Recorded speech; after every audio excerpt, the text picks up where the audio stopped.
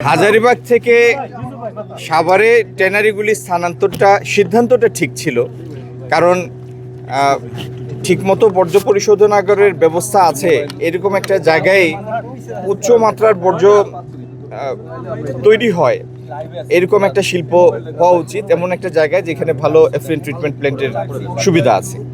কিন্তু যেভাবে স্থানান্তর হয়েছে সেই ব্যবস্থাপনাটা ছিল একটা ক্লাসিক কেস অফ মিসম্যানেজমেন্ট, যেই কারণে না বর্জ্য পরিশোধনাগারটা যে প্রজেক্টেড ক্যাপাসিটি ছিল সেই ক্যাপাসিটিতে ফাংশনাল আছে, আর না যারা এসেছে তারা প্রত্যেকে জীবিত থাকতে পেরেছে। অনেকগুলি শিল্প প্রতিষ্ঠান মাঝপথে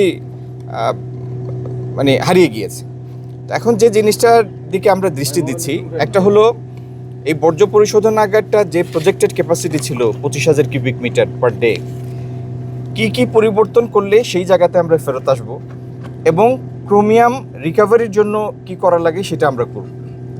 2 নম্বর হচ্ছে স্থানান্তরের সময়, হাজারীবাগ থেকে এখানে স্থানান্তরের সময় যে সমস্ত প্রতিষ্ঠান ঝরে গিয়েছে এবং পরবর্তীতে অচল অথবা নিম্নমাত্রায় সচল থাকার কারণে বিপুল পরিমাণ দায় দেনার সম্মুখীন হয়েছে এবং লোকসানি প্রতিষ্ঠানে পরিণত হয়েছে, সেইগুলিকে কি উপায়ে আবার লাভজনক প্রতিষ্ঠানে পরিণত করা যায়।